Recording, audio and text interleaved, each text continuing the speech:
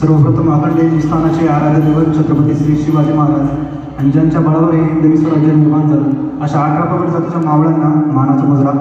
जसं की आत्ता मॅडमने सांगितलं की वेळ कमी आहे, त्याच्यामुळे पाहू शकता 5च मुद्दे आहे, पण ते 5 मुद्दे पण खूप महत्त्वाचे आहे आपल्याला महाराज समजायला. आत्तापर्यंत आपण अनेक वक्ते या ठिकाणी आले, खूप सगळा इतिहास जवळपास सांगितला, पण मुख्य इतिहास काय आहे तो आजपासून आत्तापर्यंत आपल्याकडे लपवला गेलेला आहे. तर मी तुम्हाला थोडक्यात महाराजांचा इतिहासच सांगायला आलेला या ठिकाणी. आपल्याला सगळ्यात पहिला सांगितलं जातं की महाराजांनी आयुष्यभर लढाया केल्या. महाराजांनी गडकोट काबीज केले, औरंगजेबाला, अफजल खानाला, शाहिस्ते खानाची बोटं छाटली वगैरे वगैरे असा इतिहास सांगितला जातो. पण महाराजांचं आयुष्य, महाराजांना 50 वर्षाचं आयुष्य या ठिकाणी लागलं. त्याच्यातले 15 वर्ष आपण वजा केले बालपणाचे, राहिले 35 वर्ष. त्याच्यातले आपण 10 वर्ष जर धरल्या महाराजांच्या, तर झाले 25 वर्ष. बाकीचे 25 वर्ष महाराजांनी काय केलं हा प्रश्न आपल्याला पडलाच पाहिजे. तर मग अशी मी गारद दिली, गारदीत मी काही शब्दांचा उल्लेख केला, जसं की गणपती, भूपती, प्रजापती, सुवर्ण रत्न श्रीपती, अष्टवदान जागृत, अष्टप्रधान वेष्टित, न्यायालंकार वर्णित, शस्त्रास्त्र शास्त्र पारंगत, राजनीती धुरंधर, प्रौढ प्रताप पुरंदर, क्षत्रिय कुलावतंस, सिंहासनाधीश्वर, महाराजाधिराज, योगीराज, श्रीमंत योगी श्री शिवछत्रपती शिवाजी महाराज. जवळपास 15 ते 20 पदव्या महाराजांना होत्या. याचा अर्थ असा की जर महाराजांना एवढ्या पदव्या दिल्या तर त्याचं कारण फक्त लढाया नाही, तर महाराजांचं सगळीकडे लक्ष होतं, प्रत्येक गोष्टीकडे. आज आपण स्वतःला जगाचा पोशिंदा म्हणून ओळखलं जातो. खरं तर कृषीला आपल्यासाठी ती अभिमानाची गोष्ट आहे, परंतु आपण जगाचा पोशिंदा म्हणून आपल्याला ही ओळख कोणी दिली तर ती स्वतः छत्रपती शिवाजी महाराजांनी दिली. तर आता आपल्या सर्वांना माहिती आहे की छत्रपती शिवाजी महाराजांचा जन्म हा किल्ले शिवनेरीवर झाला. परंतु सर शोकांतिका अशी की आपला जो काही समाज आहे त्यांना फक्त एवढंच माहिती की आऊसाहेब जिजाऊंना फक्त 2च मुले होते, जे की संभाजी महाराज आणि शिवाजी महाराज.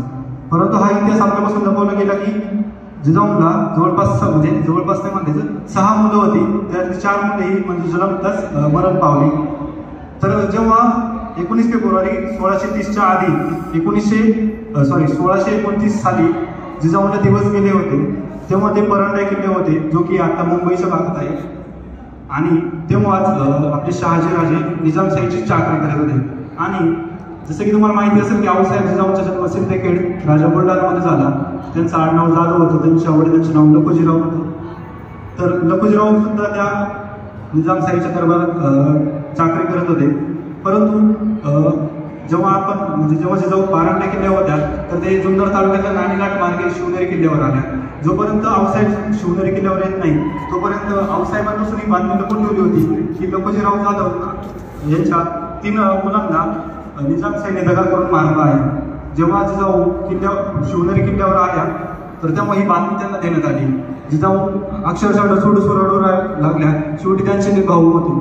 परंतु जिजाऊंनी विचार केला, जर माझा बाप त्या निजामशाहीच्या राजदरबारात चाकरी करत असेल, एवढा प्रामाणिकपणे जर चाकरी करत असेल, तरी माझ्या भावंडांना निजामशाहीने मारलं तर या रयतेचं काय होत असेल. तर तेव्हा शिवनेरी किल्ल्यावर जर तुम्ही गेले असाल तर शिवाई देवीचं मंदिर आहे. तर तेव्हा आऊसाहेबांनी शिवाई देवीचं मागणं घातलं की हे आई, माझ्या पोटी असा शूरवीर जन्माला घाल की या बादशाह्या या सर्वांचा निस्तनाबूत करून हिंदवी स्वराज्य स्थापित करून इथल्या रयतेला मोकळा श्वास द्यावा. तेव्हा 19 फेब्रुवारी 1630 रोजी महाराजांचा जन्म झाला. परंतु महाराजांचा जन्म फक्त 19 फेब्रुवारी 1630ला झाला एवढंच आपल्याला माहिती आहे. परंतु आपण जर त्याचा खोलात अभ्यास केला तर सगळ्यांना चिंता होती की 19 फेब्रुवारीचा दिवस उगवला, सूर्योदय झाला, सर्वांना चिंता होती की मुलगा होईल की मुलगी होईल असा प्रश्न सर्वांना पडत होता. परंतु दिवस चाललेला 1 वाजले, 2 वाजले, संध्याकाळचे 5 वाजले. जसा सूर्य अस्ताला गेला तसा जर तुम्ही शिवनेरी किल्ल्यावर गेले तर तिथं जन्मस्थान आहे महाराजांचं. जुन्या काळात म्हणजे ते एक रूम म्हणून ठेवलं जायचं. तर त्या रूममध्ये आऊसाहेब होत्या आणि एक बालाचा आवाज आला आणि सगळीकडे आनंद पसरला. कारण की ह्या 350 वर्षाची गुलामगिरी होती. त्याच्यानंतर परत आपली मराठी शाही जशी संपली, पुन्हा एकदा इंग्रजांचं साम्राज्य आलं.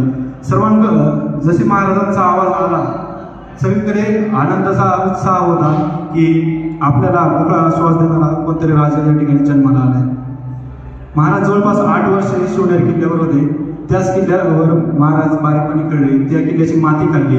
आपण बारीकपणे जसे दिवाळीला किल्ले बनवायचे तसे महाराज आपल्या सवंगड्यांसोबत किल्ले बनवायचे बारीक बारीक आणि म्हणायचे माझे किल्ले वगैरे. जर आज तुम्ही शिवनेरी किल्ल्यावर आले तर तिथे मोर कोकिळा वगैरे वगैरे सर्व तिथे तुम्हाला पाहायला भेटतील. पण महाराज जेव्हा लहान होते तर तेव्हा त्या कोकिळाचा म्हणजे हुबेहूब नकल करायचे. तर याचा फायदा असा झाला की आपल्याला गनिमी कावा हा ही टेक्निक माहितीच असेल की शत्रूला न कळता त्याच्यावर कसा घात करावा याला म्हणतात गनिमी कावा. तर याचा फायदा महाराजांना गनिमी काव्यात झाला.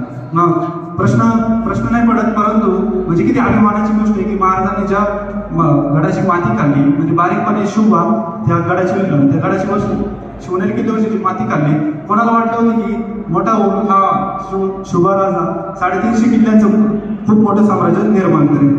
वेळ कमी मी थोडक्यात बोलतो. मी आज एक दुर्गसेवक आहे आणि किल्ल्यांवर आतापर्यंत दुर्गसंवर्धन वगैरे केलेलं आहे. आज शोकांतिका अशी की आपल्याला माहिती महाराजांकडे 350 किल्ले या महाराष्ट्राच्या मातीत 350 किल्ले आहे, परंतु आज त्याच किल्ल्यांची माती होत चाललेली आहे. सर्वांनी आज आपण शिवजयंती करतोय यात काहीच संकोच नाही, परंतु आपण जसं शिवजयंती करतो तसेच दुर्ग संवर्धनही केलं पाहिजे. कारण सगळा इतिहास खोटा असू शकतो, पण गड किल्ले दगड झालं त्या दगडांवर दाखवलेला इतिहास कधीच खोटा असू शकत नाही.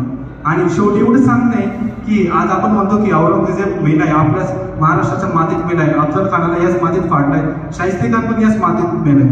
परंतु चल हे 26/11ची घटना आहे. कसाबने आपल्या ताज हॉटेलवर बॉम्ब ब्लास्ट केला, त्याच्यानंतर त्याला अटक वगैरे करण्यात आली, या त्या गोष्टी झाल्या. त्याच्यानंतर जेव्हा तो मरण पावला तर त्याच्या अंत्यक्रियेला जाणारी माणसं पण होती हो. जर आपल्याच भारतात अशी माणसं असतील की जे आपले देश जो भारताचा देशद्रोही आहे त्याच्यावर जर त्याच्या अंत्यक्रियेला जाणार असतील तर ते माणसं कोण? मग आपण म्हणू शकतो का औरंगजेब आज खरंच मेलाय का? आज गोहत्या खूप मोठ्या प्रमाणात होत चालली. गोरक्षक मदत करतायत की बाबा गोहत्या थांबवावी, परंतु आज गोरक्षक पण धोक्यात आहे. आज प्रत्येक किल्ल्यावर गेल्यावर मी जेव्हा आता मी गडकिल्ले दरवेळेस म्हणजे फिरत असतो वगैरे वगैरे, कोणत्या ना कोणत्या गडकिल्ल्यावर गेलो आपल्याला थडगं म्हणजे इस्लामाचं असते ते थडगं तुम्हाला माहिती असेल तर ते असते. म्हणजे आपले हिंदवी स्वराज्य जिथे आपले मंदिर हे नाही, अंकाई टंकाईवरती जर तुम्ही गेला असाल तर जुन्या काळातलं 7 काळातलं शिव मंदिर आहे, त्याची जर अवस्था पाहिली तर आज एकदम बघण्या अवस्थेत आहे. पण त्याच्याच खाली जर पाहिलं आपण आलो तर तिथे थडगं उभारले. म्हणजे जर आपण म्हणतो की बाबा महाराज सर्व धर्मसमन्वय होते, तर आज का नाही एखादा मुस्लिम मावळा किंवा दुसऱ्या धर्माचा मावळा आपल्या दुर्ग संवर्धनासाठी येतोय? हा खूप मोठा प्रश्न सर्वांना पडला पाहिजे.